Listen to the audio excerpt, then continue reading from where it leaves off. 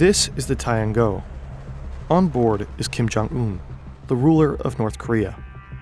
He almost never leaves his country. But when he does, he travels on rail, in the so-called moving fortress. Right now, he just left Pyongyang. His destination is the Vostochny Kosmodrome in Russia to meet Vladimir Putin.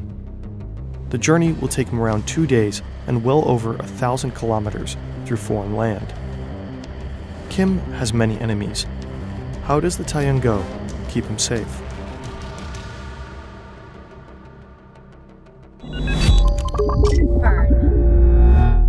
Only a few North Koreans have access to the regular internet.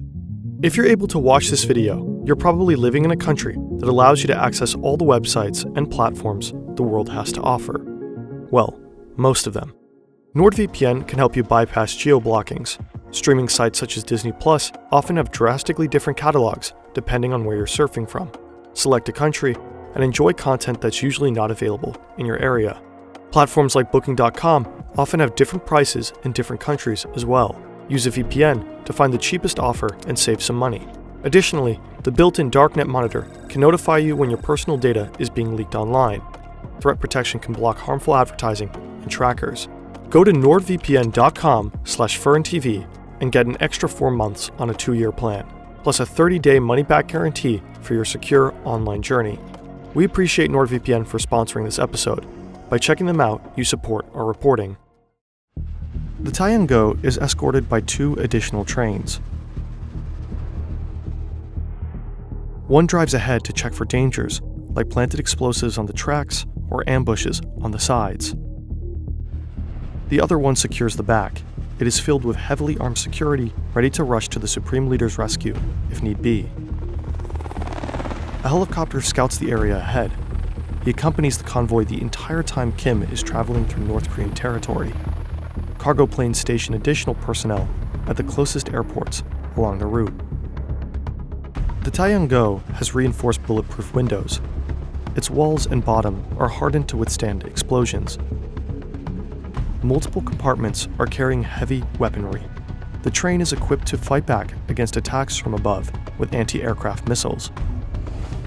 It also carries anti-tank missiles and 2 machine guns to aggressively fend off attacks from either side of the tracks. If all defenses fail, the train carries a helicopter so Kim can flee from the scene. All this makes Kim's train extremely safe, but also extremely heavy. The Taeyang-go travels at only 60 kilometers per hour, sometimes even slower, due to the poor condition of railways in North Korea. When the train passes by a station, the power is cut off on all other tracks. There are 20 railway stations in the country that were built solely for this one train. Because of the slow speeds, Kim might be on the road for several days on end, just like during this particular trip to meet Putin. On board, he has everything he needs to govern his country day and night. An office with a desk, laptop, television, fax machine, satellite phone, and a map of China and the Korean peninsula on the wall. A reception room. A meeting room with a table. The interior style is quite eclectic. Most rooms are entirely white with shiny wooden floors. There are green and hot pink sofas, ivory and turquoise curtains, flower-shaped lamps, and zebra-patterned fabric seats. But the highlight of the train is the restaurant. On board, you can find all sorts of delicacies from Korean, Russian, Chinese, Japanese, and French cuisine. Kim Jong Un won't get bored during the journey either. The train has singers on board who serenade the Supreme Leader personally. When stepping off the train, 2 on-board armored Mercedes limousines are unloaded for the last mile.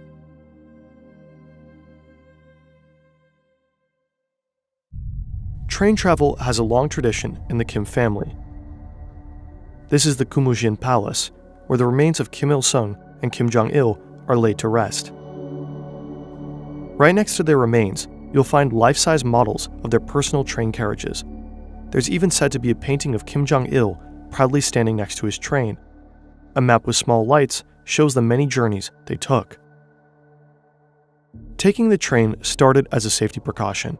Kim Jong Un was reportedly also just a bit afraid of flying. In 2001, he took a train journey lasting almost a month, all the way to Moscow, covering a total of 20,000 kilometers. A Russian official named Konstantin Polikovsky accompanied him. After the journey, he published a book about his experiences, much to the irritation of both the Russian and North Korean governments.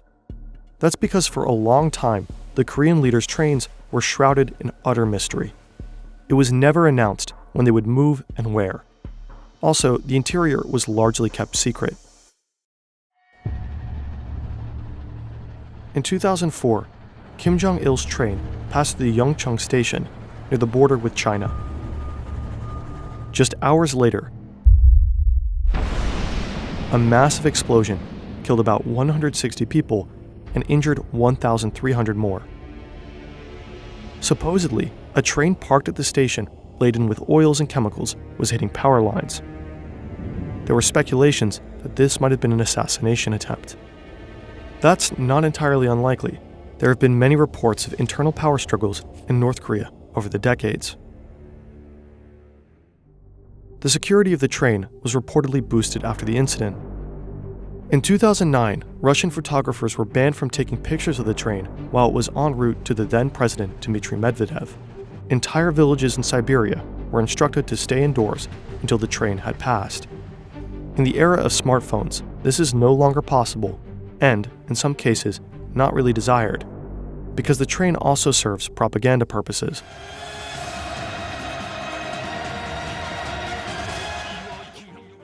The Taeyang-go fittingly means sun. It has become a powerful symbol for North Korea. Kim Jong Un is said to use it to appear down to earth and close to the people, in stark contrast to the lofty image of the US president in his giant jumbo jet. And political leaders traveling by train is one way or another a symbol. After the invasion of Ukraine, the airspace above the country became unsafe. Many Western leaders started to visit Kiev by train through Poland.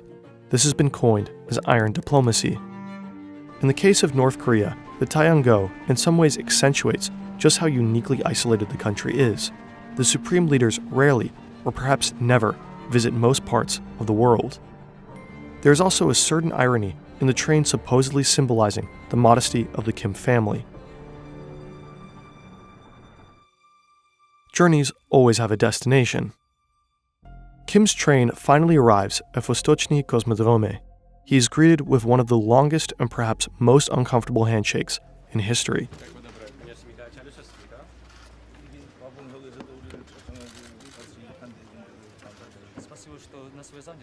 Then, Putin gives him the full tour, a spaceport, an aircraft factory, and the Pacific Fleet.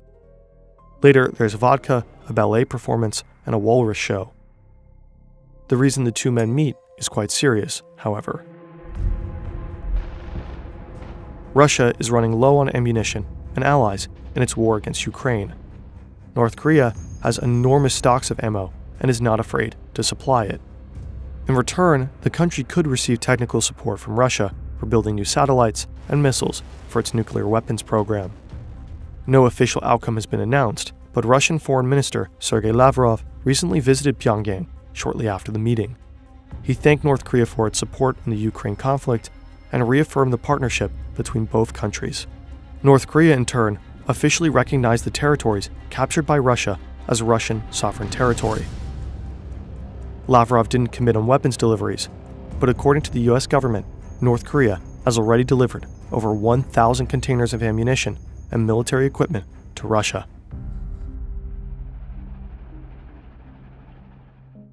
North Korea and Russia both have very few international allies left.